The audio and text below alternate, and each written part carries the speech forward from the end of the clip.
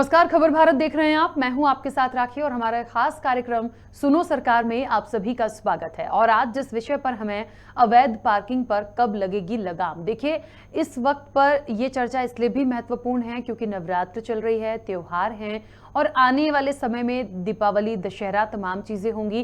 काफी रश होता है, काफी भीड़ होती है, पार्किंग की समस्या, जाम की समस्या बहुत ज्यादा होती है। ऐसे में क्या व्यवस्थाएं हैं, क्या होनी चाहिए, और मुख्य रूप से अवैध पार्किंग की भी हम यदि बात करें, हमने अमूमन देखा है कहीं पे भी गाड़ियां पार्क करी जाती हैं जिसकी वजह से बहुत ज्यादा लोग भी परेशान होते हैं। निगम प्रशासन से नहीं लेता, कई जगह पर तो ये भी होता है कि आप गाड़ी पार्क करके जाएंगे, सिर्फ पैसे लिए जाते हैं, कोई पर्ची नहीं दी जाती। तो इन सब बातों पर मुख्य रूप से कौन जिम्मेदार है, आप अपनी राय हम इस खास कार्यक्रम के जरिए दे सकते हैं। और इस कार्यक्रम को मैं आगे बढ़ाऊंगी। हमारे साथ हमारे ब्यूरो हेड और हमारे सहयोगी जीएस भारती जी भी हैं। भारती जी, बहुत स्वागत चर्चा में जुड़ने के लिए। जिस तरीके से क्योंकि त्योहार नजदीक हैं, नवरात्र चल रही है, फिर दशहरा है, उसके बाद दिवाली आएगी, काफी ज्यादा बाजारों में रौनक देखने को मिलती है और उतने ही ज्यादा लोग परेशान होते हैं पार्किंग को लेके। अवैध पार्किंग की एक बात यदि हम यहाँ पर देखें तो क्या लगता है भारती जी की मुख्य रूप से जिम्मेदार हम किसे मान सकते हैं? देखिए राकेश जी, यदि हम बात करें अवैध पार्किंग की तो ये काफ़ी बड़ी समस्या है, क्योंकि कोई भी व्यक्ति जब त्यौहार का सीज़न होता, समय होता है, तो लोग घरों से बाज़ारों की तरफ जाते हैं ताकि ख़रीदारी कर सके अच्छे से। लेकिन हम देखते हैं कि बाज़ारों में आजकल इतना ज़्यादा ट्रैफिक व्यवस्थाएं चरमराई है, और जो अवैध पार्किंग की यदि हम बात करें तो पार्किंग की भी व्यवस्थाएं नहीं हो पाती है, जिससे कई बार लोग परेशानियाँ का सामना करना पड़ता है। जब देखते हैं कि यदि हम राजधानी भोपाल की बात करें तो जुमेराती जो मार्केट है, बाज़ार है हमारा, वहाँ पे होलसेल बाज़ार है और अधिकांशतः जो शहर के लोग हैं वहाँ पे ख़रीदारी करने के लिए जाते हैं। लेकिन राकेश जी, यदि हम वहाँ पर देखते हैं तो मार्केट के जो दुकानें होती, दुकानों के सामने ही लोग वाहनों को पार्किंग कर देते हैं, जिससे कई जो दुकानदार हैं, दुकान तक लोग पहुंच ही नहीं पाते सामान लेने के लिए। और यदि हम बात करें जिला प्रशासन की तो राकेश, जिला प्रशासन की तरफ से किसी तरह की पार्किंग व्यवस्था को लेकर एक व्यवस्थाएं नहीं की जाती हैं, जिससे कि आम जन को उससे राहत मिल सके। अक्सर देखने को ये मिलता है कि नगर निगम की तरफ से पार्किंग की व्यवस्थाएं सिर्फ देखने को की जाती हैं और अधिकांशतः जो होता है अवैध वसूली की जाती है। और राकेश, सबसे बड़ी बात तो ये होती है कि जहाँ पे पार्किंग में लोग पर्चियाँ देते हैं और वाहन चालक से पैसा वसूलते हैं, लेकिन जो वाहन चालक से जो रसीद देकर वसूली की जाती है वो अवैध होती है। उसका यदि पैसे की हम बात करें तो नगर निगम में किस तरह का वो पैसा नहीं जाता है, वो सिर्फ जो दलाल होते हैं या जो बिचौलिए होते हैं वो सिर्फ नगर निगम के मिली भगत के माध्यम से इस तरह की वसूली करते हैं। तो राकेश जी, जो अवैध पार्किंग ये हमारी राजधानी की यदि हम बात करें तो बहुत बड़ी समस्या है ये।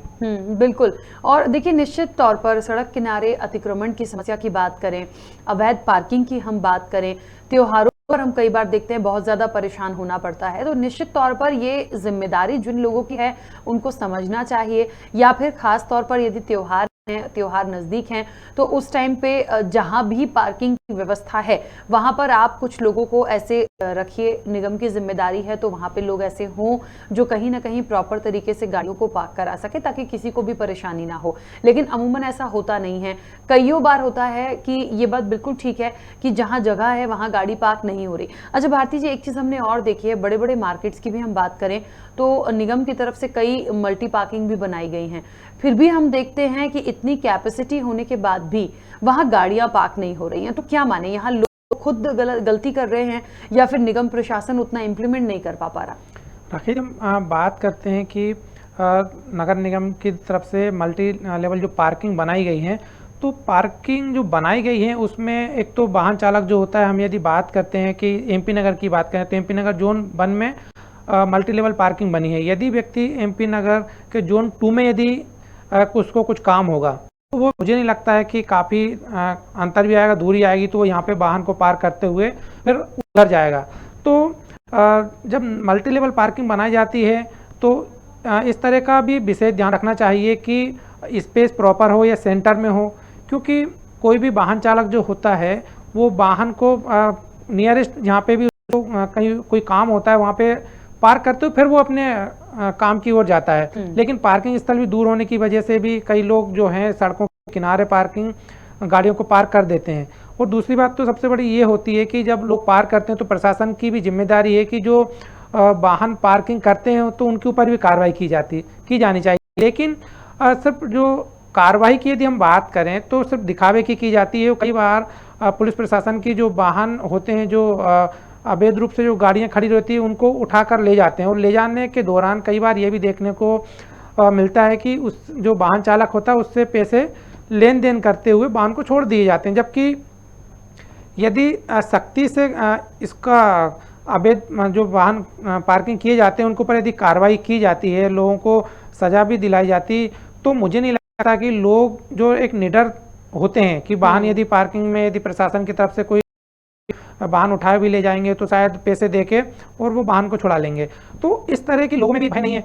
और दूसरा कि ये यदि प्रशासन, जिला प्रशासन की तरफ से एक जो व्यवस्थाएं हैं वो भी प्रॉपर होनी चाहिए। अभी जैसे आपने बताया कि जो मल्टी लेवल पार्किंग है तो उनमें लोग वाहन पार्क नहीं करते। लेकिन सबसे बड़ी बात यदि हम बैरागढ़ की बात करें तो बैरागढ़ जो है वो मध्य प्रदेश में कपड़ा व्यापार के रूप में, वहाँ पे बड़े बड़े जो व्यापारी होते हैं वो यहाँ से माल को खरीदने के लिए आते हैं, कपड़ों को खरीदने के लिए आते हैं। लेकिन जो पार्किंग की यदि हम बात करें, वहाँ के व्यापारियों से हमने बात की तो वहाँ पे उन्होंने बताया कि जो मल्टी लेवल पार्किंग जो बनी है उसमें स्पेस कम है, गाड़ियाँ कम आती हैं और लोग जो हैं बाजार करने के लिए ज़्यादा आते हैं। तो ये भी एक समस्या है। जब जो पार्किंग स्थल में जितनी गाड़ियां होंगी, मुझे लगता है कि सिर्फ उतनी ही उसमें लिमिट के अलावा जो गाड़ियां रहेंगी तो कहीं ना कहीं लोग दुकानों के सामने या फिर जो सड़कें रहती हैं सड़कों के किनारे से वाहन को खड़ा करते हैं और इससे कई बार बड़ी दुर्घटनाएं भी राखी जी देखने को मिलती है। बिल्कुल, तो देखिए बात वही है और ये विषय हम सबसे जुड़ा हुआ है क्योंकि इस तरह की परेशानियों को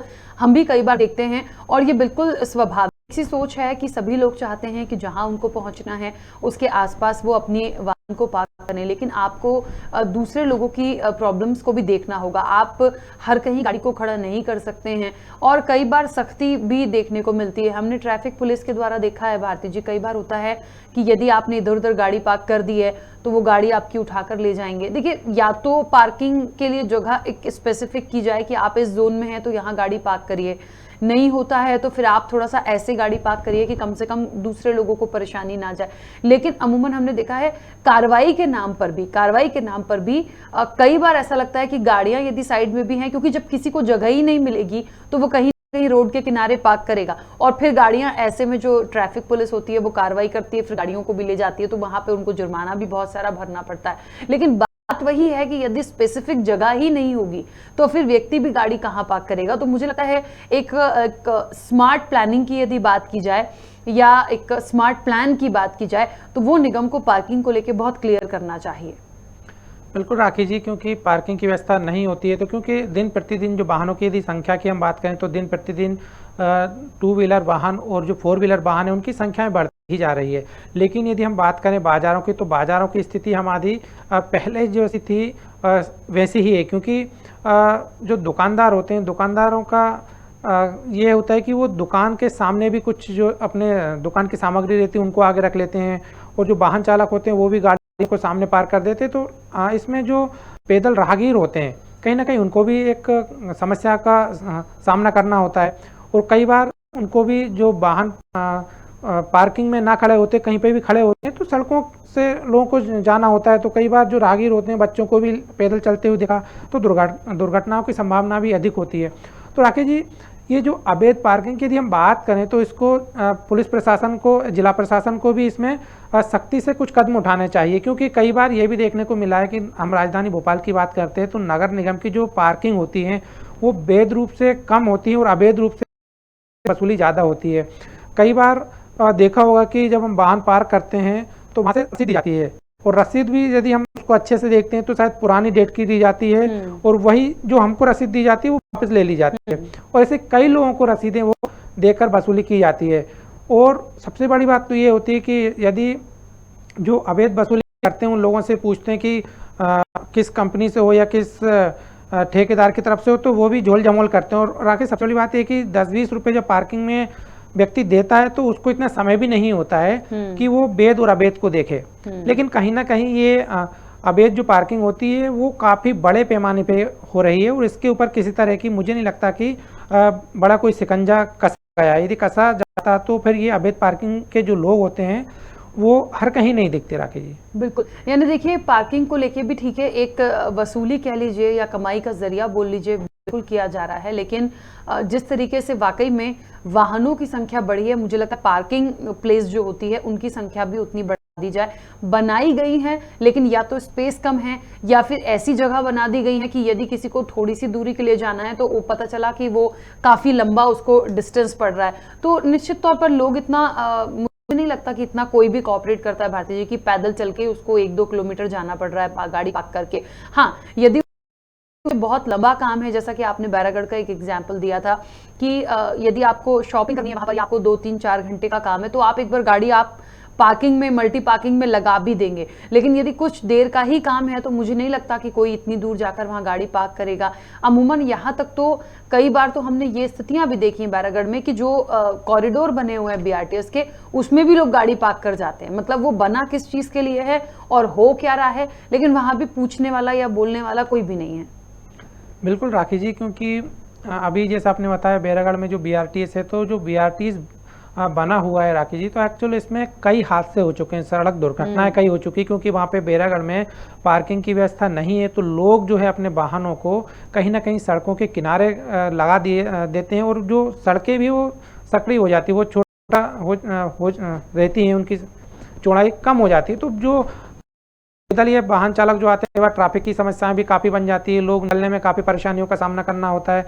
और सबसे बड़ी बात तो ये है कि जो बीआरटीएस जो मार्ग है वो भोपाल से सीहोर को जोड़ता है, एक जिले से दूसरे जिले को जोड़ता है, तो उसमें वाहनों की संख्याएं भी बहुत अधिक होती है, लोग भी बहुत अधिक जाते हैं।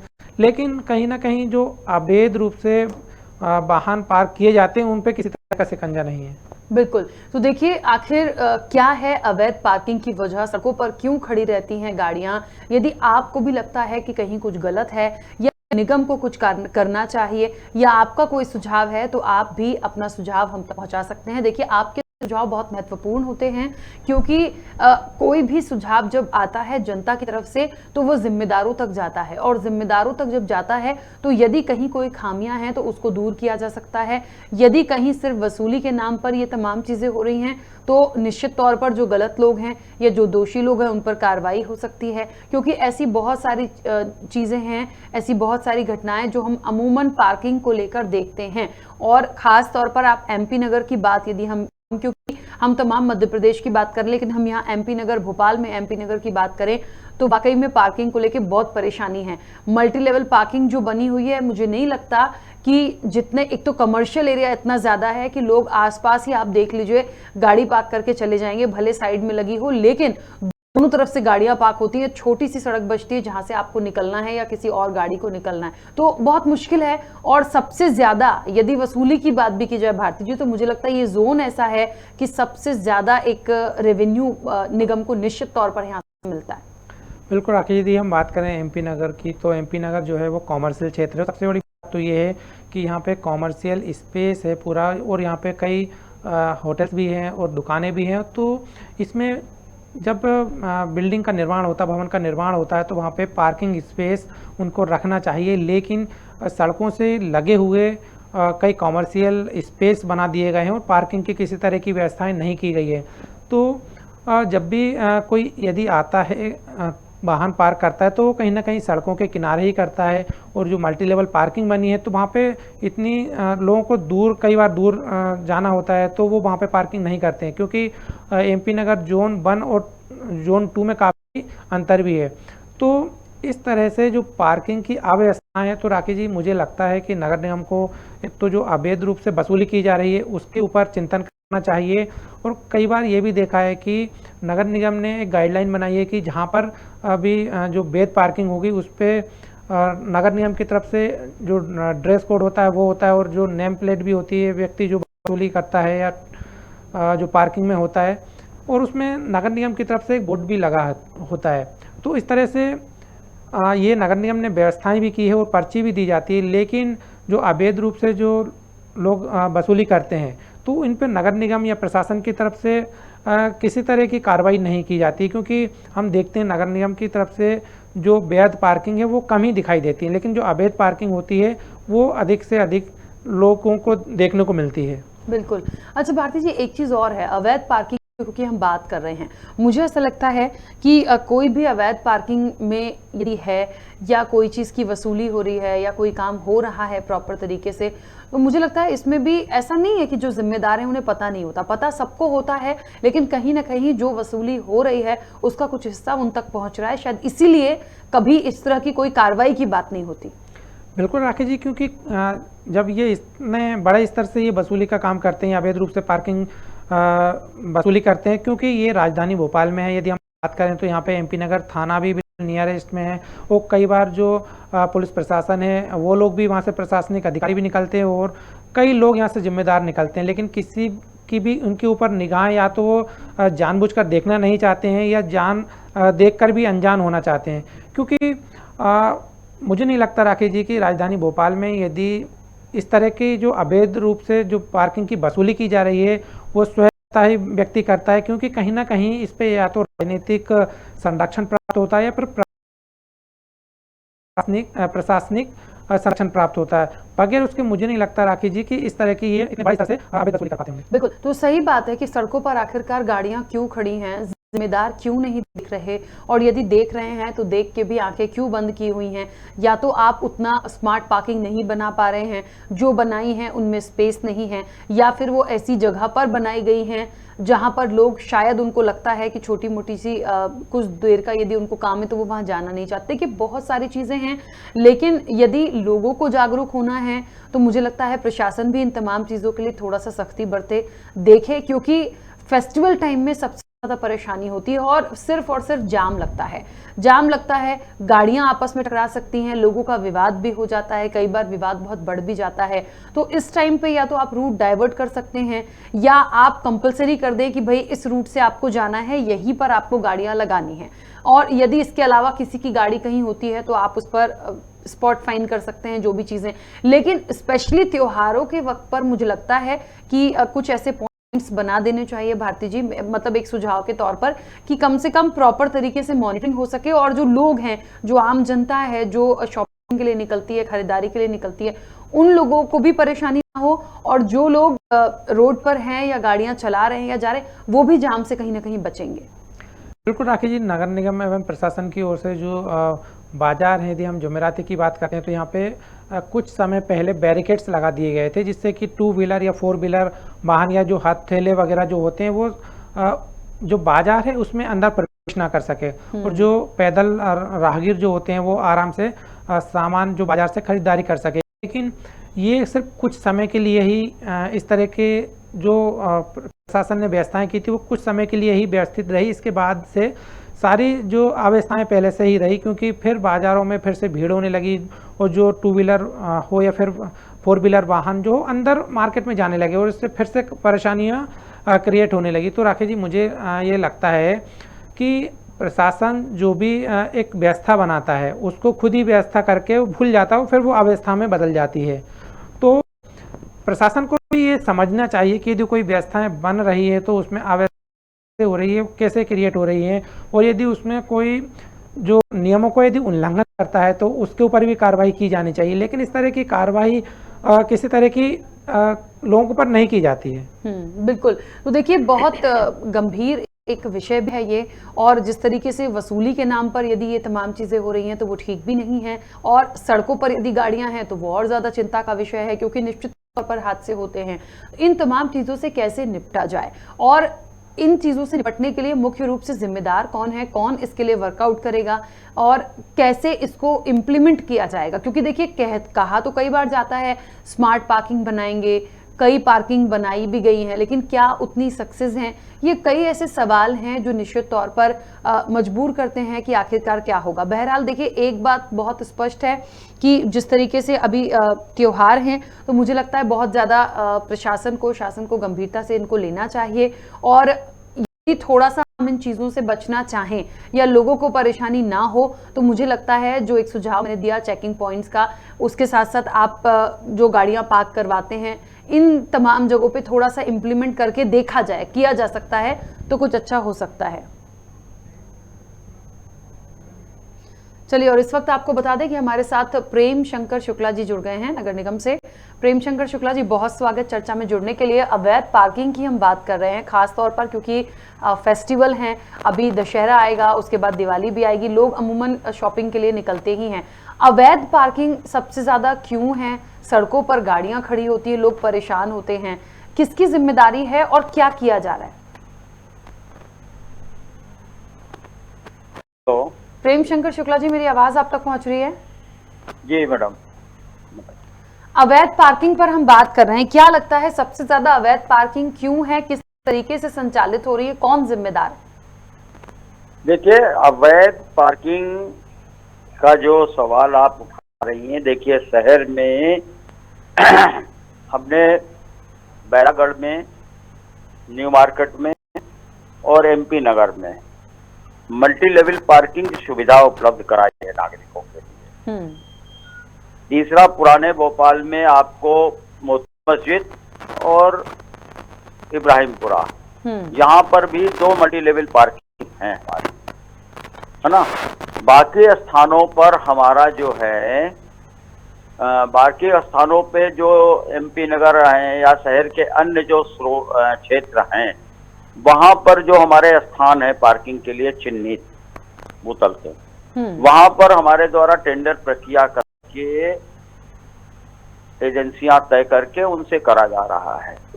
एक आध जगह जो अपवाद स्वरूप रह गया टेंडर प्रक्रिया से, उसको भी संपूर्ण भोपाल में पार्किंग के लिए विधिवत निविदा प्रक्रिया आमंत्रित करके संबंधित एजेंसियां तय कर दी जाती है। उनके में नाम्स भी रहते हैं कि कितना शुल्क लेना है, किस प्रकार से संचालन करना है, किसी प्रकार से किसी नागरिक को कोई असुविधा ना हो, है ना। और जो शुल्क होता है वो जन सामान्य के लिए उपयुक्त है। लेकिन बेसिक एक चीज होता है, अवैध पार्किंग की स्थिति जो आप निर्मित होना बताती हैं, उससे क्या होता है, जो स्थान तय हैं, कोई भी व्यक्ति अगर अपना वाहन लेके जा रहा है, बहुमूल्य वाहन होता है, आजकल 2 पहिया वाहन भी जो है 80-90 हजार से कम कीमत पे नहीं आ रहा है ना। आज कोई भी वाहन लेने जाए 70 हजार से नीचे 80 हजार 1 लाख तक ऐसे वाहन न्यूनतम दर हो गई है।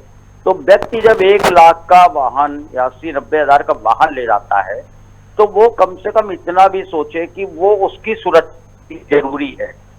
5 रुपए पार्किंग स्थल पर देने में उसे कोई दिक्कत नहीं होना चाहिए। कहीं पर भी अनियंत्रित खड़ा करने से जन सामान्य के लिए दिक्कत होती है। एक व्यक्ति के कहीं भी वाहन खड़ा करने से उस रास्ते से गुजरने वाले 100 से 1000 व्यक्तियों को दिक्कत होती है। तो इसलिए जो भी पार्किंग स्थल है वहां पर चिन्हित, वहां पर निर्धारित शुल्क जमा करें, शुल्क जमा कर अपना वाहन पार्क करें, सुरक्षित रहेगा। और उसके बाद अपने जो मार्केट में जाना है, जीवन उपयोगी जो वस्तुएं खरीदना है, वो खरीदने के बाद वापस आकर वाहन लें और इसके बाद अपने घर चले जाएं, तो वाहन भी सुरक्षित रहेगा, खरीद फरोख्त के टाइम में तनाव भी नहीं रहेगा कि हमारा वाहन। ठीक है प्रेम शंकर शुक्ला जी, आपकी बात से मैं बिल्कुल सहमत हूँ, होना भी यही चाहिए। लेकिन बात वही हो रही है कि जब पार्किंग बनाई गई है या बनी हुई है, बावजूद इसके लोग वहां गाड़ी पार्क नहीं कर रहे हैं, कहीं भी गाड़ियां पार्क हो जाती हैं, तो किसकी लापरवाही है या देख नहीं पा रहे हैं या प्रॉपर मॉनिटरिंग नहीं कर पा रहे हैं? जी देवी जी, एक चीज बताएं, शहर का क्षेत्रफल इंदौर शहर से बड़ा है, ठीक है। भोपाल म्युनिसिपल का क्षेत्रफल है वो इंदौर शहर से बड़ा है। बड़े शहरों में जब कोई व्यवस्थाएं लागू की जाती हैं तो धीरे धीरे उन व्यवस्थाओं में सबसे ज्यादा जरूरी होता है जन सामान्य को उसके प्रति जागरूक करना, ठीक है। जब तक जन सामान्य जागरूक नहीं होगा, चाहे आप या मैं भी हूं, अदर कोई भी हो, है ना, तो लोगों में अवेयरनेस होना चाहिए कि वो अपना वाहन ऐसे स्थान पर खड़ा ना करें, सुरक्षित स्थान पर खड़ा करें, जन सामान्य के लिए सुविधाजनक रहे, उनका वाहन महफूज रहे।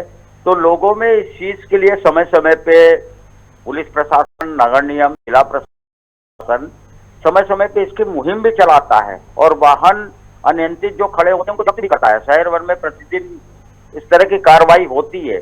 लेकिन जब तक हर व्यक्ति ये सोचेगा नहीं कि हमें वाहन ऐसी जगह खड़ा नहीं करना चाहिए कि मेरे किसी भी ऐसे व्यवहार से 100 लोगों के लिए दिक्कत होती है।